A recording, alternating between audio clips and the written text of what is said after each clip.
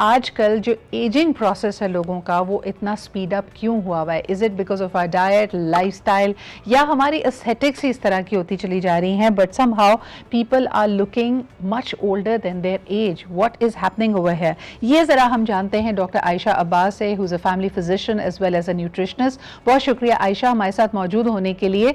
Speed ageing, वैसे तो कहा जाता था कि कुर्बे क़यामत की निशानी है कि वक्त बड़ी तेज़ी से गुजरता हुआ आपको महसूस होगा, लेकिन क्या ये उम्र के हवाले से और लोगों के उनकी सेहत के हवाले से भी यही मामलात हैं?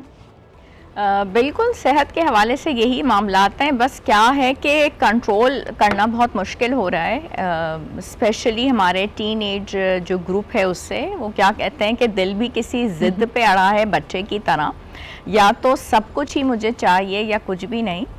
तो वो वाले कुछ हालात हैं। और टेस्ट बड्स को ऐसे डेवलप कर लिया गया है कि वो घर के रोज़मर्रा के खाने के लिए तैयार नहीं है, और उसको ऐसे टेस्ट की आदत पड़ गई है जिसमें चटखारे, जिसमें स्पाइसेस और जिसमें प्रोसेस्ड फूड्स और जंक फूड्स जो हैं वो ज़बान को उसका आदी बना लिया गया है।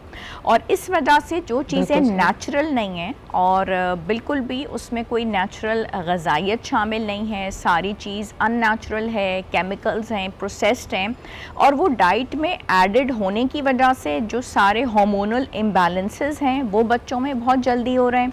और उसी वजह से जो एजिंग का प्रोसेस है वो जिस एज पे आना चाहिए उससे +10 होता चला जा रहा है, यानी कि आप बहुत जल्दी एजिंग की तरफ आ रहे हैं। आयशा जी, ये you are absolutely right, this is the problem statement, और ये ज़ाहिरी तौर पे भी आपको नज़र आता है और आपके बाकी हेल्थ इंडिकेटर्स में भी नज़र आता है।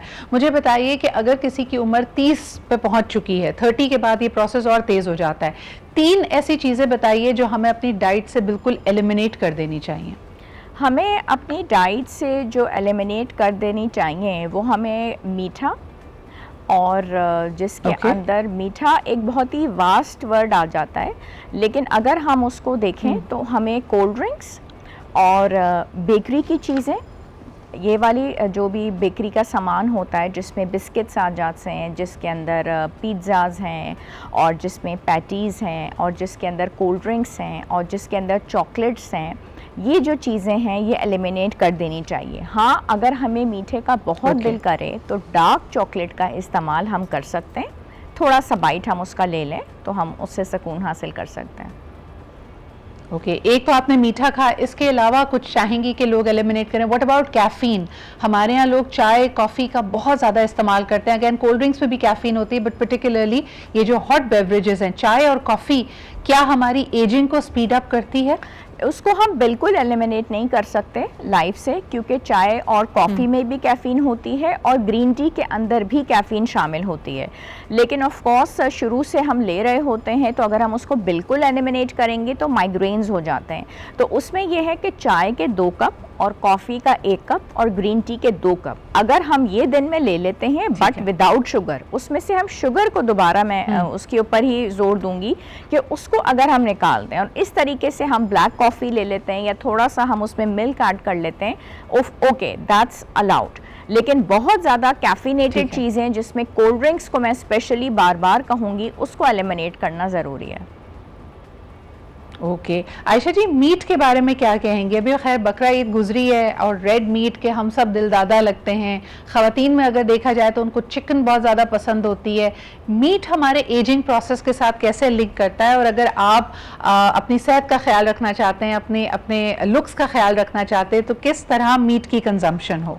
मीट हमारे सेहत के लिए बहुत ज़रूरी है, और मैं बिल्कुल ये नहीं कहूँगी कि हमें मीट को एलिमिनेट कर देना है, क्योंकि वो लोग जो वेजिटेरियंस हैं और जो मीट का कंजम्पशन अपनी डाइट में नहीं रखते, उनको और बहुत सारे प्रॉब्लम्स होते हैं, स्पेशली विटामिन B12 उनको नहीं मिलता, और उनके अंदर भी हेयर लॉस और स्किन की प्रॉब्लम्स देखी जाती हैं, प्लस उनको मसल लॉस भी बहुत होता है। तो मीट तो एक ऐसी सोर्स है जिसमें आपको आयरन बहुत अच्छा मिलेगा और प्रोटीन भी, लेकिन बहुत ज़्यादा गोश्त का इस्तेमाल करना, जैसे अगर इस ईद के ऊपर बहुत ज़्यादा लोगों ने किया, 2-3 दफ़ा दिन में, बल्कि नाश्ते से ही शुरू हो गया और फिर दोपहर भी रात भी, वो गलत है। दिन में एक दफ़ा आप गोश्त का इस्तेमाल करें और हफ्ते में 3 मरतबा। और एक टाइम अगर गोश्त का इस्तेमाल कर लिया गया है तो उसके साथ सब्जियों को ज़रूर ऐड करें, और प्रोबायोटिक जिसमें दही जो है वो बेहतरीन प्रोबायोटिक है। अगर इस तरीके से गोश्त का इस्तेमाल किया जाए तो वो सेहत के लिहाज से और मैदे के लिहाज से बिल्कुल ठीक है। अच्छा, कुछ ऐसी चीज़ें जिनको एट्रीब्यूट किया जाता है कि ये एजिंग को स्लो करती हैं, आपको सेहतमंद रखती हैं, इसके बारे में आपकी एक्सपर्ट ओपिनियन जानना चाहूँगी। मुझे बताइए, शहद है, जैतून का तेल है, इंजीर है, इसके अलावा मुख्तलिफ जो और ड्राई फ्रूट्स हैं, एप्रिकॉट्स हैं, क्या ये वाकई ऐसी ज़बरदस्त सलाहियतें रखते? Shilajit, a lot of people have been taking that as a supplement, मर्द और ख़वातीन, जो कहा जाता है आपकी बोन हेल्थ के लिए, आपकी जॉइंट हेल्थ के लिए, आपकी ओवरऑल एंटी एजिंग के लिए बहुत ज़बरदस्त है। क्या इसमें कुछ सदाकत है डॉक्टर आयशा? बिल्कुल, बेशक इसमें सदाकत है, और लोग तो ऐसा भी करते हैं कि एक मील को इन चीज़ों के साथ रिप्लेस कर लेते हैं। जैसे कोई भी एक दिन का मील है, चाहे वो सुबह का नाश्ता है, चाहे दोपहर का, चाहे रात का, और उसमें वो एक पूरा मील इन चीज़ों से रिप्लेस कर लेते हैं, जिसमें वो जैतून का इस्तेमाल कर लेते हैं, शहद वाला कहवा जिसमें शहद के साथ हनी ले लिया, कुछ नट्स ले लिए, और साथ में खूब से खूब तर पानी का इस्तेमाल हो गया, फल ले लिए थोड़े से या थोड़ी सी सब्ज़ी। और इन्हीं लोगों को अगर हम उन लोगों के साथ रिसर्चेस, मेडिकल रिसर्चेस बहुत अच्छे से प्रूफ करती हैं कि इनका चेहरा, इनके बाल, इनके स्किन, इनकी झुर्रियाँ उन लोगों से कहीं ज़्यादा दूर हैं जिन लोगों ने तीनों वक्त डट के खाया और खूब खाया।